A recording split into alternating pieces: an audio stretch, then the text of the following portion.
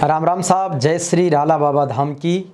राजस्थान में नए मुख्यमंत्री का चयन हो गया है और नए मुख्यमंत्री के तौर पर 55 साल के भजनलाल शर्मा को मनोनीत किया गया है। 12 दिसंबर मंगलवार अमावस्या को जयपुर में विधायक दल की बैठक में यह निर्णय किया गया। पर्यवेक्षक के तौर पर रक्षा मंत्री राजनाथ सिंह आए और पूर्व मुख्यमंत्री वसुंधरा राजे को पर्ची थमाई और मुख्यमंत्री वसुंधरा राजे ने भरे मन से उस पर्ची को पढ़ा, अपने आप को संभाला और उसके बाद में मुख्यमंत्री का नाम का ऐलान किया। इसके साथ ही 2 उप मुख्यमंत्री बनाए गए हैं। विद्याधर नगर जयपुर से विधायक दिया कुमारी और उसके साथ ही दूदू से विधायक डॉक्टर प्रेमचंद बैरवा। साथ में अजमेर उत्तर से विधायक और पूर्व मंत्री वासुदेव देवनानी को विधानसभा का अध्यक्ष बनाया गया है। 4 व्यक्तियों की नियुक्ति के बाद अब मंत्रिमंडल का विस्तार होना बाकी है। आइए आज जानते हैं हम नए मुख्यमंत्री भजनलाल शर्मा के बारे में। यूँ तो अलग अलग सोशल मीडिया साइट्स पर, अखबारों में, टीवी चैनल्स में बहुत सारी उनके जीवन की बातें आप सबके बीच में साझा हो चुकी है। सोशल मीडिया पर उनके पक्ष में, उनके विपक्ष में, उनके विश्लेषणात्मक रूप से, आलोचनात्मक रूप से, प्रशंसात्मक रूप से सभी तरह की बातें भी चल रही है। उन सब पर भी मैं क्रमशः अपनी बात रखूँगा। सबसे पहले मोटा मोटी तौर पर भजनलाल शर्मा जी का परिचय। मूल रूप से लोहागढ़ भरतपुर के रहने वाले हैं, अटारी गांव के, और अटारी गांव में जन्मे, पले बड़े, शिक्षा पाई और अटारी गांव के ये सरपंच का चुनाव लड़ा। 27 साल की उम्र में सरपंच से पंचायत समिति सदस्य का चुनाव लड़ा, उसमें जीते और पंचायत समिति सदस्य से फिर संगठन में आए और संगठन में अलग अलग पदों पर काम किया। उसके साथ ही 2003 में जब 1999 में जाटों को आरक्षण मिल गया था, उसके बाद में जाटों को ओबीसी आरक्षण में लेने के खिलाफ एक सामाजिक न्याय मंच बना, जिसके नेता थे लोकेंद्र सिंह कालवी और देवी सिंह भाटी। और उस सामाजिक न्याय मंच के नेता बने भजनलाल शर्मा। और भजनलाल शर्मा 2003 में नदबई, जहाँ से कृष्णेंद्र कौर दीपा के सामने, बीजेपी से कृष्णेंद्र कौर दीपा थी और बीजेपी के बागी कहें या सामाजिक न्याय मंच के नेता के तौर पर भजनलाल शर्मा ने 2003 का विधानसभा चुनाव लड़ा, लेकिन उसमें इनके बहुत कम वोट आए और कम वोट आने से भजनलाल शर्मा चुनाव हार गए। और चुनाव हारे नहीं बल्कि जमानत भी जब्त हो गई। ये निश्चित रूप से आप कह सकते हैं कि किस तरीके से वो इनके वोट आए थे उस समय 5,969, यानी कि 6% वोट आए थे और किसी भी जमानत बचाने के लिए 16% वोटों का होना जरूरी है। जमानत जब्त होने के बाद में फिर ये अलग अलग पदों पर रहे, फिर वापसी भाजपा में आए और भाजपा में आने के बाद इनके कार्यकाल के बारे में छपा है कि ये 27 साल की उम्र में मात्र 1987 में जब आप नदबई में विद्यार्थी परिषद से जुड़े, 1990 में कश्मीर मार्च जब निकला था उसमें, और उसके बाद में 1991-92 में ये भारतीय जनता युवा मोर्चा के बीजेपी के जिलाध्यक्ष भरतपुर के बने। और जब सतीश पूनिया भारतीय जनता युवा मोर्चा के प्रदेश के उपाध्यक्ष हुआ करते थे और उन्होंने अजमेर से लेकर लोहागढ़ भरतपुर तक की एक बड़ी यात्रा निकाली थी। 2000 में ये सरपंच बने और इसके बाद में 2010 से 2015 तक अटारी से ही पंचायत समिति के आप सदस्य रहे। उसके बाद में 2009 से 14 तक भारतीय जनता पार्टी भरतपुर के जिलाध्यक्ष भी रहे और जिलाध्यक्ष बने थे इनके गुरु गिरधारी तिवाड़ी की अनुशंसा पर। गिरधारी तिवाड़ी को ये राजनीतिक गुरु मानते हैं, लेकिन समय का चक्र बदला और 2023 में भजनलाल शर्मा और गिरधारी तिवाड़ी दोनों ही भरतपुर सीट से टिकट की दावेदारी कर रहे थे, गुरु गुड़ रह गया, चेला शक्कर बन गया। भजनलाल शर्मा भरतपुर से दावेदारी करते रहे, लेकिन पार्टी ने उनको मौका दे दिया सुरक्षित सीट सांगानेर से, जो बीजेपी की महफूज सीट मानी जाती है। बीजेपी से सांगानेर से पहली बार में विधायक का चुनाव जीतकर भजनलाल शर्मा मुख्यमंत्री बन गए। गिरधारी तिवारी ने एमएलए बन सके, न अपने शिष्य की नज़र में आ सके, यानी वो पीछे छूट गए, नेपथ्य में चले गए। उसके बाद अभी मुख्यमंत्री बनने से पहले 2014 में भजनलाल शर्मा बीजेपी के प्रदेश उपाध्यक्ष बने और उसके बाद 2016 में प्रदेश महामंत्री बने। 2016 से लगातार बीजेपी के प्रदेश महामंत्री के तौर पर हैं। बीजेपी के प्रदेशाध्यक्ष सीपी जोशी, इनसे पूर्व प्रदेशाध्यक्ष डॉक्टर सतीश पूनिया और उनसे पूर्व के प्रदेशाध्यक्ष अशोक परनामी के साथ भी आप प्रदेश महामंत्री रहे, यानी कि 3 प्रदेशाध्यक्षों के साथ परनामी, पूनिया और जोशी के साथ प्रदेश महामंत्री रहे और अब संगठन से सत्ता के शीर्ष पर आ गए हैं। कहते हैं कि भजनलाल शर्मा आखिर मुख्यमंत्री कैसे बन गए।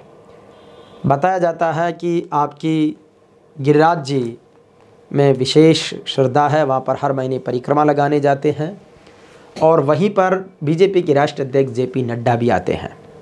जेपी नड्डा हर महीने नहीं आते, लेकिन उनकी भी आस्था है और उनका प्रोटोकॉल करने में, उनकी सेवा में भजनलाल शर्मा हमेशा तत्पर रहे हैं। एक विश्वास तो वो जीता जब जेपी नड्डा रणथंभौर में टाइगर सफारी कर रहे थे, उसका प्रोटोकॉल भी भजनलाल शर्मा ही कर रहे थे। और प्रधानमंत्री नरेंद्र मोदी की 2016 से लेकर अब तक जितनी यहाँ पर सभाएं हुई है, जेपी नड्डा जी की हुई है, गृह मंत्री और सहकारिता मंत्री अमित शाह की हुई है, उनके संगठन के और कार्यक्रमों के प्रबंधन का जिम्मा भी भजनलाल शर्मा ने बखूबी निभाया है और इसी का शायद इनाम मिला है। एक तरफ जहां पर मुख्यमंत्री के चयन के बाद में प्रतिक्रिया रही कि नई पीढ़ी यानी राजनीति के नए युग का उदय हुआ, अब गहलोत वसुंधरा युग का अवसान हो गया है और भजनलाल शर्मा के रूप में राजनीति की नई खेप तैयार होकर आ रही है। दूसरी तरफ यह भी चर्चा है कि जिस तरीके से लोकतंत्र में सभी का प्रतिनिधित्व माना जाता है, उस तरीके से राजस्थान में सोशल इंजीनियरिंग करने का प्रयास तो बीजेपी ने किया है कि नई पीढ़ी के नेताओं को मौका दिया गया है। ब्राह्मण वर्ग, दलित वर्ग और सामान्य वर्ग का कार्ड भी खेला गया है, लेकिन बड़ी मार्शल कौमों के रूप में जो बीजेपी का बड़ा वोट बैंक, चाहे जाट हो, गुजर हो, मीणा हो, यादव हो, अन्य SC/ST की जातियां हैं, उनको साधने का प्रयास उन्होंने नहीं किया है।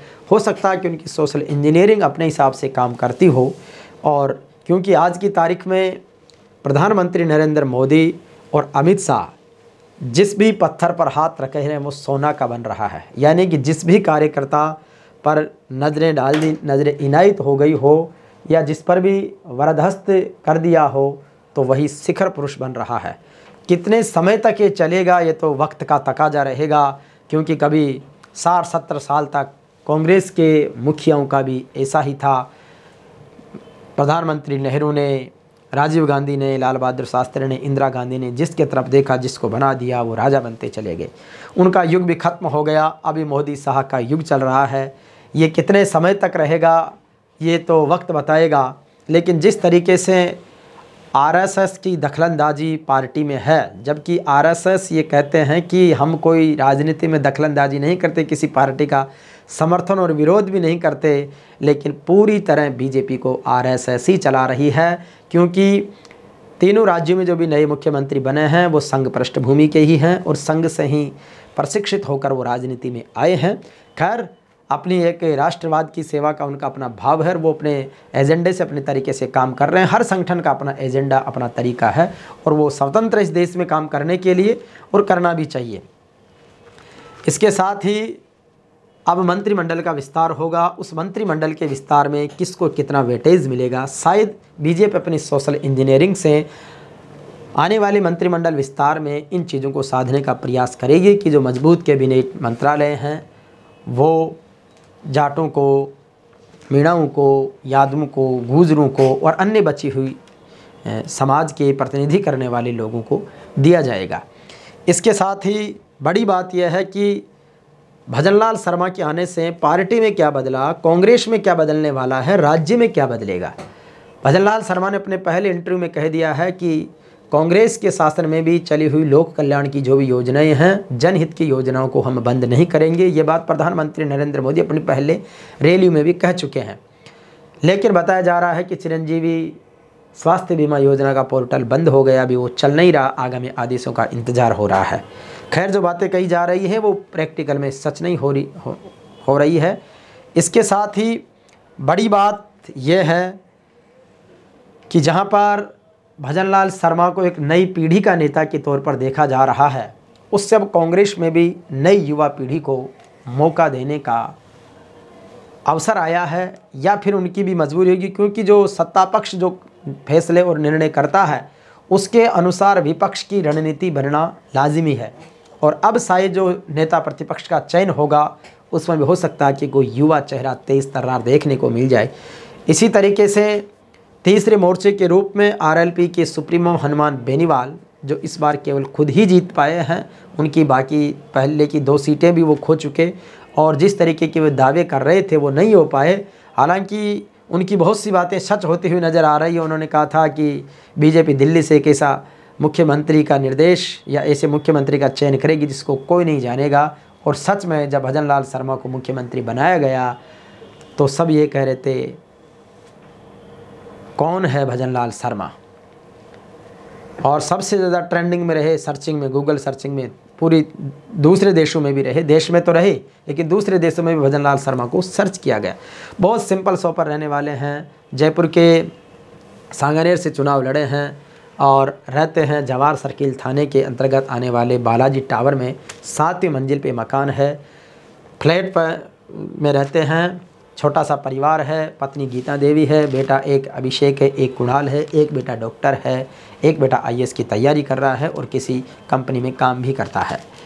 कहते हैं कि अब जब भजनलाल शर्मा मुख्यमंत्री बन गए तो उसके बाद में बालाजी टावर में जो ख़राब पड़ी लिफ्ट थी वो भी रातों रात तैयार कर दी गई है। बालाजी टावर का रंग रोगन हो गया है, पूरी सोसाइटी के लोग बहुत खुश हैं। और भजनलाल शर्मा जी से जब चुनाव लड़ रहे थे वो, तब चुनाव प्रचार के लिए हमारे जो ऑफिस है जेवीपी मीडिया ग्रुप का प्रताप प्लाजा में, यहाँ पर वो चुनाव प्रचार करने के लिए आए थे। हमारे एक साथी ने 2100 दीपक जलाकर उनका स्वागत किया था, क्योंकि वो दीपावली से जस्ट 1 या 2 दिन बाद ही आए थे, तो उस समय चुनाव प्रचार परवान पर था। तो उन्होंने दीपावली की खुशी के रूप में उनका बड़ा अच्छा स्वागत किया था। हमारे भाई लोग, हमारे कुछ मित्र लोग जो भजनलाल जी के काफ़ी नज़दीकी हैं, सांगानेर से प्रत्याशी बनने के बाद उनकी नज़दीकियाँ बढ़ी, उनके बहुत सारे फ़ोटो सोशल मीडिया पर शेयर हो रहे हैं।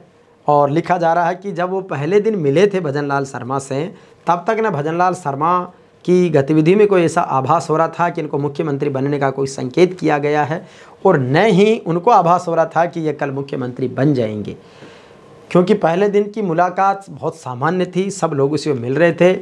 हमारे बाबा जी हैं, वो भी उनसे एक दिन पहले मिले थे। तो मैंने कल बाबा जी से पूछा कि महाराज आपको इस बात का अंदाज़ा था क्या? बोले भाई कल मिला था, लेकिन मुझे बिल्कुल भी अंदाज़ा नहीं था कि ये मुख्यमंत्री बनेंगे, क्योंकि उन्होंने ऐसा कोई संकेत मुझे नहीं दिया। लेकिन बड़ी बात यह है कि मात्र 14 मिनट में सीएम का फैसला लेने वाले विधायक दल में से किसी ने न तो विरोध किया।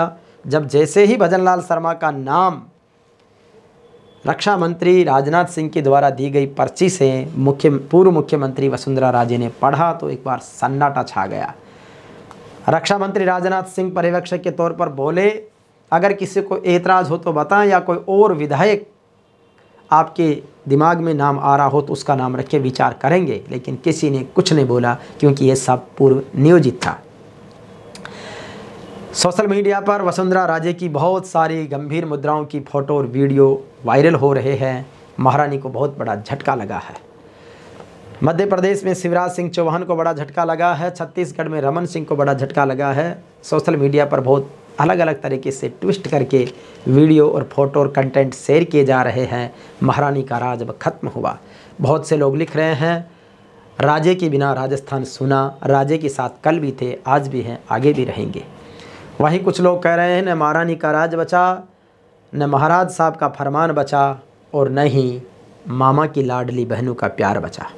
यानी कि मामा के नाम से शिवराज सिंह चौहान, महारानी के नाम से वसुंधरा राजे और महाराज के नाम से रमन सिंह जाने जाते थे, और तीनों के युग का अवसान कर दिया गया है। अब एक नई राजनीति में नई पौध तैयार हो रही है। इससे यह तो अंदाज़ा ज़रूर है राजनीतिक विश्लेषकों का और लोकतंत्र में कि अब नई पीढ़ी को मौका दिया जाएगा तो निश्चित रूप से नए नवाचार होंगे। लेकिन एक सवाल ये भी है कि अगर दिल्ली से ही सारे मुख्यमंत्री थोपे जाने थे तो फिर इतना हाई वोल्टेज ड्रामा करने की क्या ज़रूरत थी।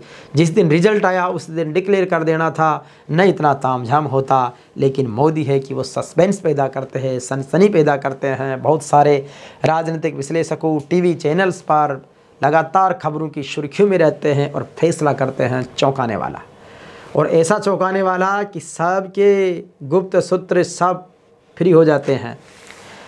इसके साथ अब बात करेंगे इसके बाद में कि किस तरीके से भजनलाल शर्मा मुख्यमंत्री बने, जिसकी कहानी यह है। और उसके बाद में उप मुख्यमंत्री के रूप में डॉक्टर प्रेमचंद बैरवा जो दूदू से विधायक हैं, बाबूलाल नागर को हरा कर आए हैं। दूदू का बड़ा जोरदार का सौभाग्य है कि दूदू एक साल में सबसे ज़्यादा तरक्की करने वाला विधानसभा क्षेत्र और जिला है। दूदू ग्राम पंचायत था एक साल पहले तक। गहलोत सरकार में बाबूलाल नागर के प्रयासों से दूदू ग्राम पंचायत से नगर पालिका बना, नगर पालिका से सीधा ज़िला बना, और ज़िला बनते ही दूदू एकमात्र राजस्थान का सबसे छोटा ज़िला है।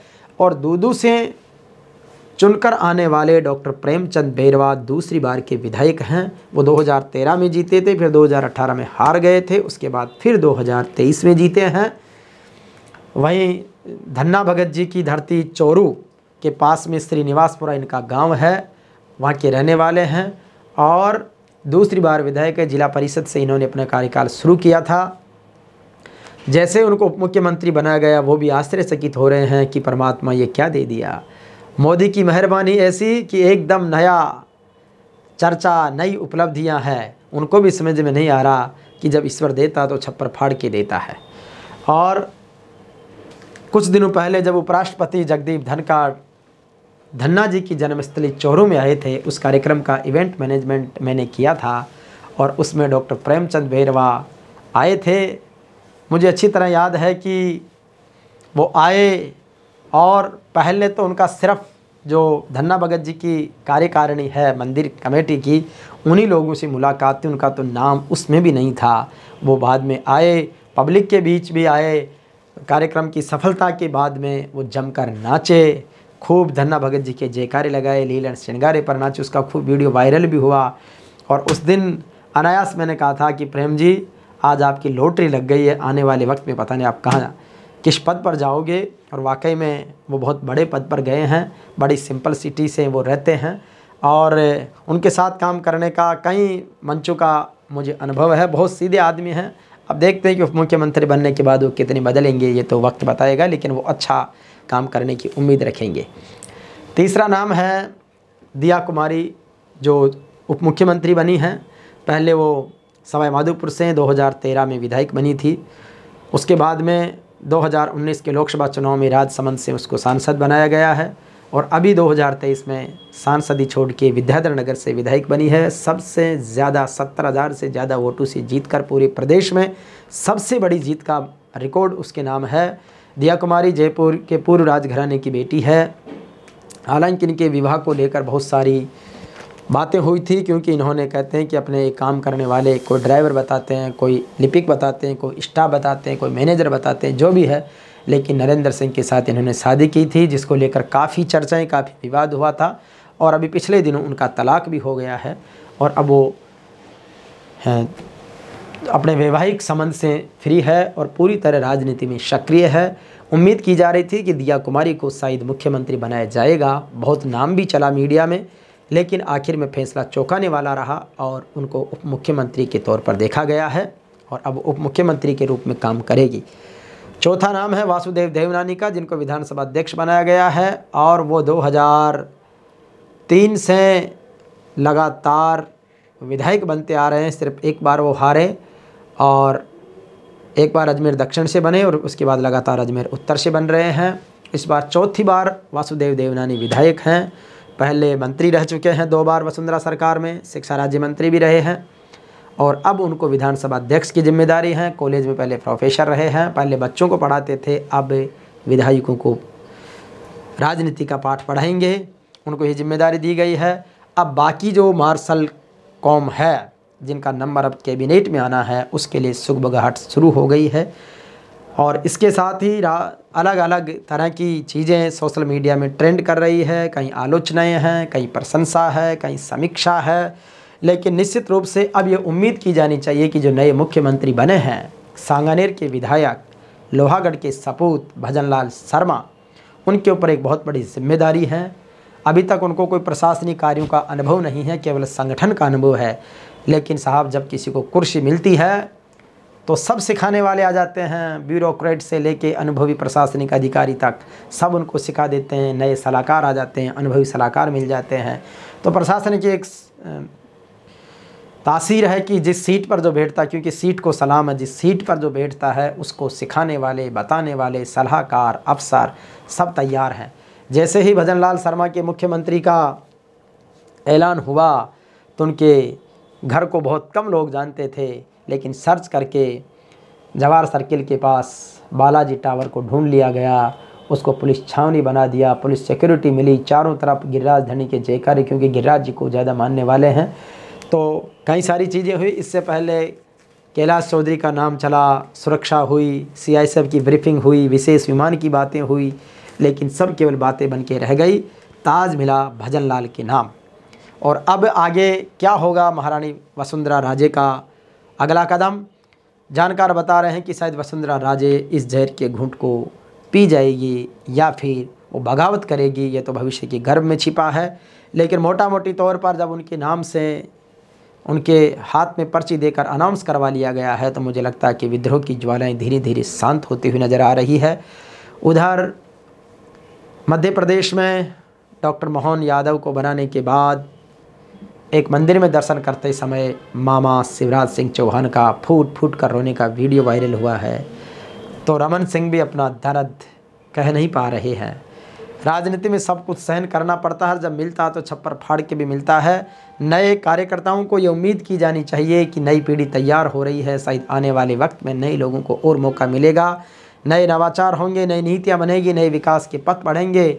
और निश्चित रूप से जब कोई भी व्यक्ति जब किसी संस्था से और प्रदेश से बड़ा महसूस करने लगे तो उसको बाहर का रास्ता दिखाई दिया जाना चाहिए, और ऐसा बीजेपी ने कर दिया है। लेकिन अब मोदी और अमित शाह की ये एक छत्र राजनीति, या जिसे कई लोग तानाशाही का नाम देते हैं, कई लोग दूरदर्शिता का नाम देते हैं, है क्या आखिर ये राजनीति है, किसी को कोई पता नहीं कहाँ तक ले जाएगी। लेकिन मोदी शाह के युग में कौन किस मोड़ पर तरक्की करेगा, कौन तरक्की करता हुआ व्यक्ति के पर काट दिए जाएंगे, कोई नहीं, क्योंकि आज की तारीख में चिट भी उनकी, पुट भी उनकी।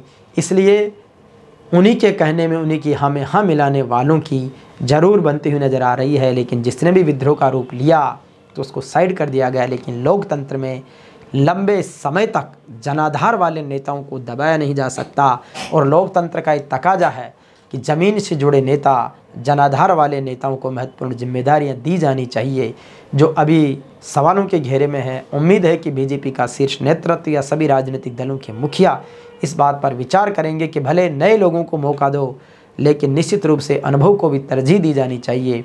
और जिस तरीके से वरिष्ठ जनों का सम्मान और स्वाभिमान के साथ व्यवहार किया जाए, उस बात का भी ध्यान रखा जाएगा।